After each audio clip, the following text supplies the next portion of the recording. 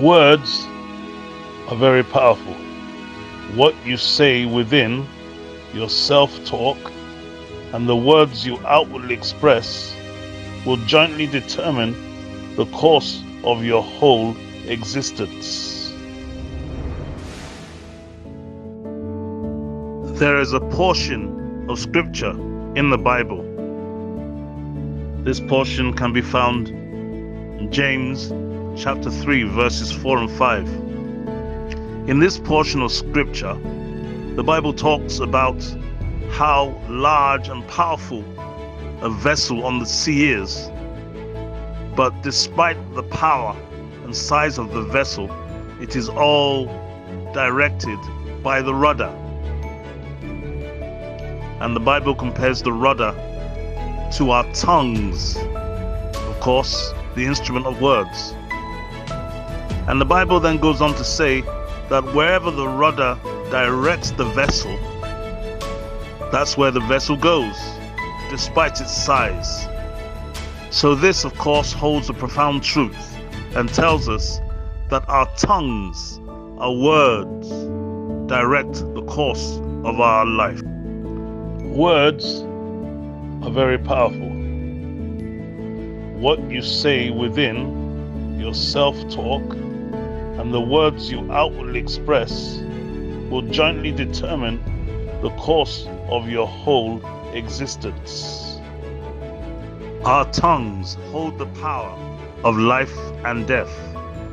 Not just life and death for us, but also the power to affect the lives of many others.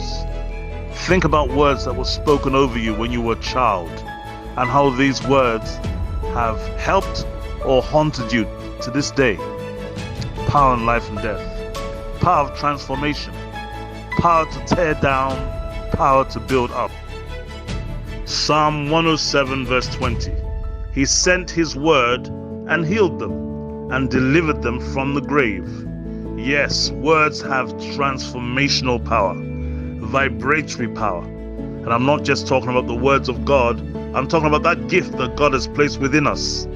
The same power to heal and transform. Decree a thing and it shall be established.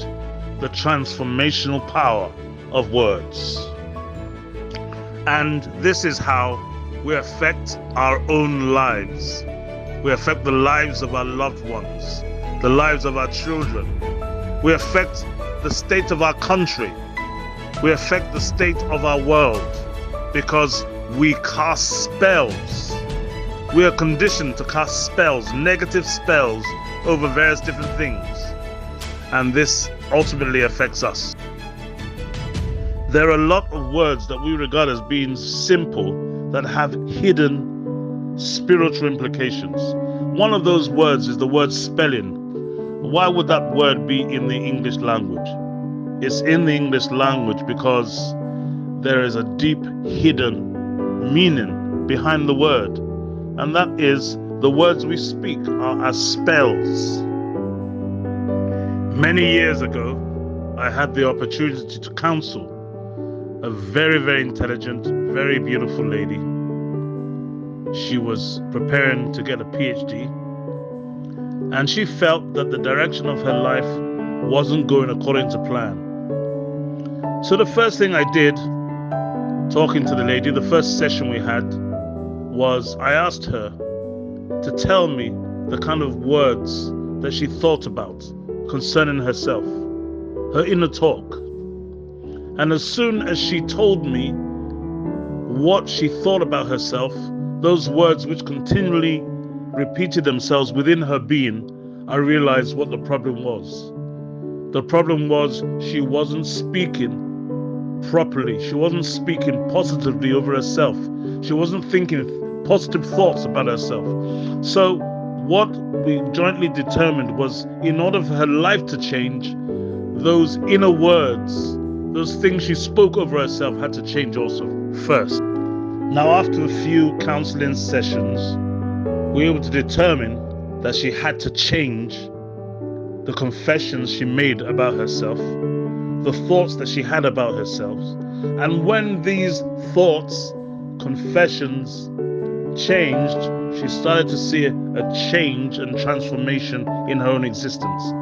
I'm talking about the power of words. This principle can be applied to everything, all aspects of our life.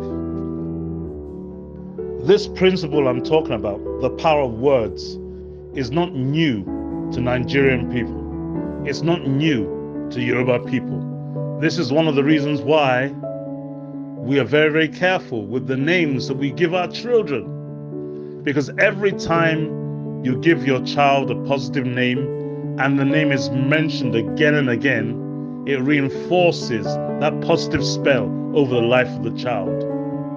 So if the name of your child is Ade, crown, then you're basically talking about royalty, you're talking about favor, you're talking about prestige every time you speak or utter the name of the child. Why are the words that we utter, the words that we speak, why are they so important? They're important because the words that we speak come from the state of our hearts. Out of the abundance of the heart, the mouth speaketh.